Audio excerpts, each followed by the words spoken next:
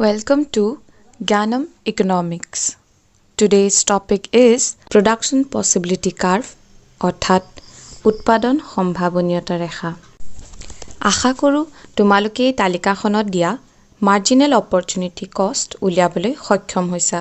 MOC অৰ্থাৎ marginal opportunity কষ্টৰ ইকুৱেশ্যনটো আমি পাইছিলো যে MOC equal to change in loss in output divided by change in gain in output. Combination A আগত আৰু অন্য কম্বিনেশ্যন নাই বাবে অতিৰিক্ত উৎপাদনত কিমান ক্ষতি বা লাভ হৈছে আমি ক'ব নোৱাৰিম। সেয়েহে কম্বিনেশ্যন A MOC অৰ্থাৎ মাৰ্জিনেল অপৰচুনিটি কষ্ট উলিয়াব নোৱাৰি। কম্বিনেশ্যন A পৰা B লৈ যাওঁতে আমাৰ ঘেঁহু উৎপাদনত ক্ষতি হৈছে 1 একক আৰু চাউল উৎপাদনত লাভ হৈছে 1 একক। গতিকে কম্বিনেশ্যন বিত marginal opportunity cost of rice হ'ব 1 divided by 1 equal to 1 units of wheat. ঠিক তেনেদৰে কম্বিনেশ্যন বিৰ পৰা কম্বিনেশ্যন চি লৈ যাওঁতে ঘেঁহু উৎপাদন ক্ষতি হৈছে 14 মাইনাছ 12 ইকুৱেল টু 2 ইউনিটছ আৰু চাউল উৎপাদনত লাভ হৈছে 2 মাইনাছ 1 ইকুৱেল টু 1 ইউনিট। গতিকে কম্বিনেশ্যন চিত marginal opportunity cost of rice হ'ব 2 divided by 1 equal to 2 units of wheat. এনেদৰে আমি বাকী কম্বিনেশ্যনসমূহৰ মাৰ্জিনেল অপৰচুনিটি কষ্ট উলিয়াব পাৰিম।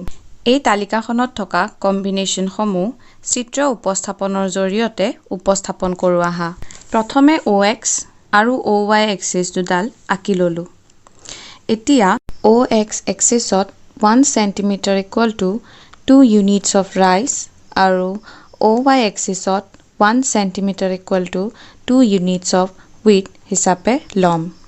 First combination A took place at this point where production of wheat is 15 units and production of rice is 0 unit. Similarly, combination B took place at this point where production of wheat is 14 units and production of rice is 1 unit.